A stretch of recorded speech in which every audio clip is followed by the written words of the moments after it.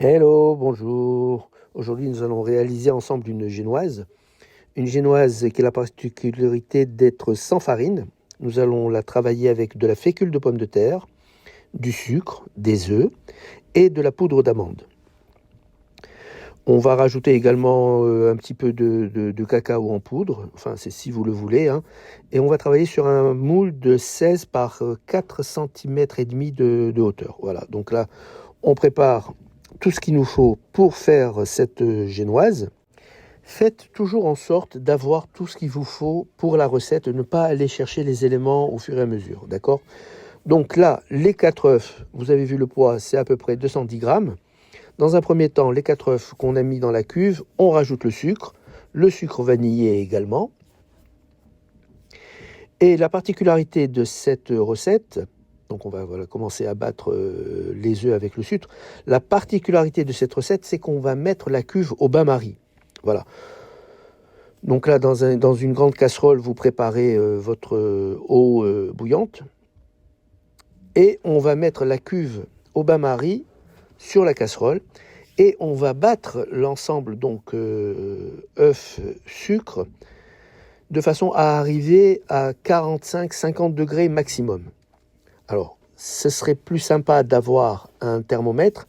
Si jamais vous n'avez pas de thermomètre, tant pis, c'est pas grave. Vous commencez à fouetter l'ensemble, et dès que ça commence à mousser, c'est que l'affaire, c'est que vous y êtes arrivé à 45-50 degrés. Sinon, vous pouvez plonger dans la cuve votre phalange, et normalement, ça ne doit pas vous brûler. De façon, à ce moment-là, si ça ne vous brûle pas, que vous ne sentez rien, c'est que vous êtes à la température de votre corps, qui est à peu près déjà à la température qu'il faut. Si vous avez un thermomètre, c'est encore mieux. Donc là, vous avez vu, ça fait des bulles. Donc si vous n'avez pas de thermomètre, vous voyez un petit peu la tête que ça a. C'est pour ça que je voulais filmer, de façon à ce que vous voyez un petit peu la tête que ça a. Et à ce moment-là, une fois que c'est bien bullé, c'est que ça commence à prendre. On va prendre tout ça et on va le mettre maintenant sur le robot. Et on va faire tourner le robot au début lentement et après de plus en plus fort. Et ça va durer à peu près une dizaine de minutes. Voilà.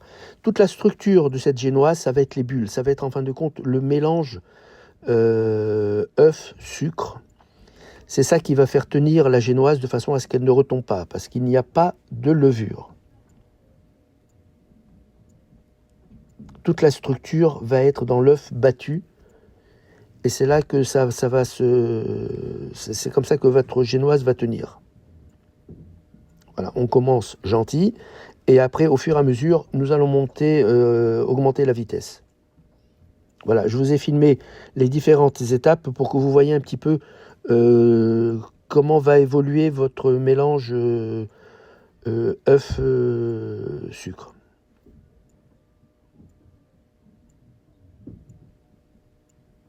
Je touche un petit peu la cuve, parce qu'en fin de compte, il faut que ça refroidisse également, hein.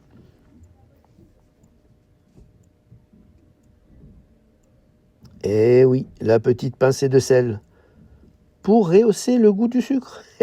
Parce qu'en fin de compte, il n'y a pas énormément de sucre, il y a 120 grammes de sucre. Je l'ai faite, cette recette, avec 140 grammes de sucre. C'est un petit peu trop. Là, je suis descendu à 120. 120, sincèrement, ça va. Si vous voulez redescendre un peu plus bas, vous risquez de perdre en structure.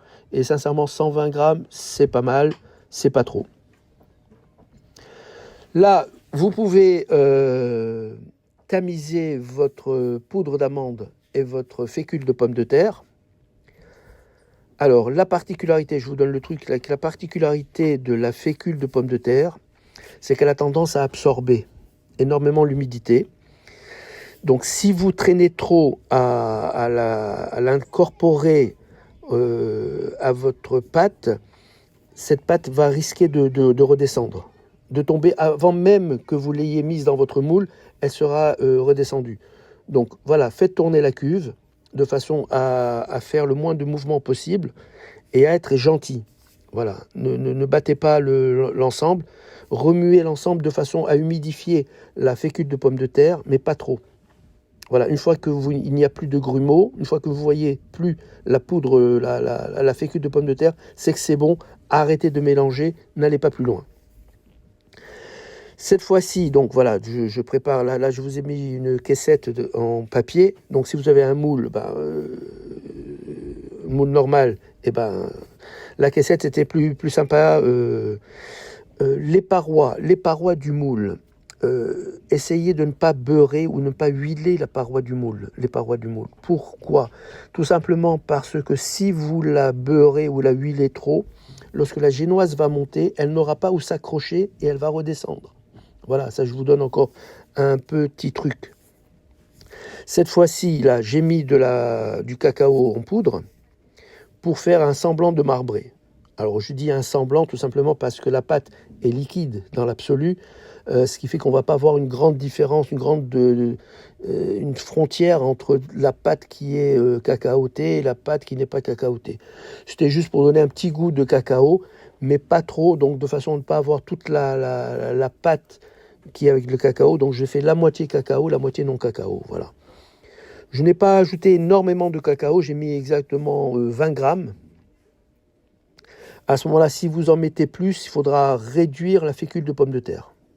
Parce que sinon, après, ça assèche la pâte. Là, 20 grammes sur l'ensemble, ça allait. Il n'y avait pas d'influence. Donc là, voilà, je coule je coule la crème, la pâte dans le moule. Je vais mélanger un petit peu pour faire un petit semblant de marbré. Et on va mettre au four. Alors, le four, là, vous l'avez mis à préchauffer, de façon à être top. Donc, vous l'avez préchauffé à 180 degrés, chaleur non tournante, chaleur fixe, chaleur statique. Voilà, je fais un semblant de marbré, là. C'est juste pour le fun. Donc, on va enfourner au four préchauffé à 180 degrés, chaleur statique, pendant 5 minutes. Après 5 minutes, vous baissez la température pendant 20 minutes à 160 degrés, toujours chaleur statique. Et après, vous rajoutez 10 minutes à 150 degrés. Là, j'avais un petit peu trop de pâte. J'en ai profité pour remplir 4 petits ramequins. Si vous prenez un moule non pas à 16 cm de diamètre, mais à 20, à ce moment-là, il n'y aura pas de souci, vous serez bon. Vous voyez, il n'est pas gonflé, il n'est pas fissuré. Voilà, vous avez une génoise qui est parfaite. Je vous dis à bientôt sur YouTube. La chaleur est une. La saveur est une. Pour d'autres recettes, il y a d'autres recettes sur YouTube. La saveur est une. Voilà, des cakes sans farine. Et vous avez d'autres recettes de génoise également sans farine avec de la fécule de pomme de terre. Je vous dis à bientôt. YouTube, la saveur est une. Bye bye.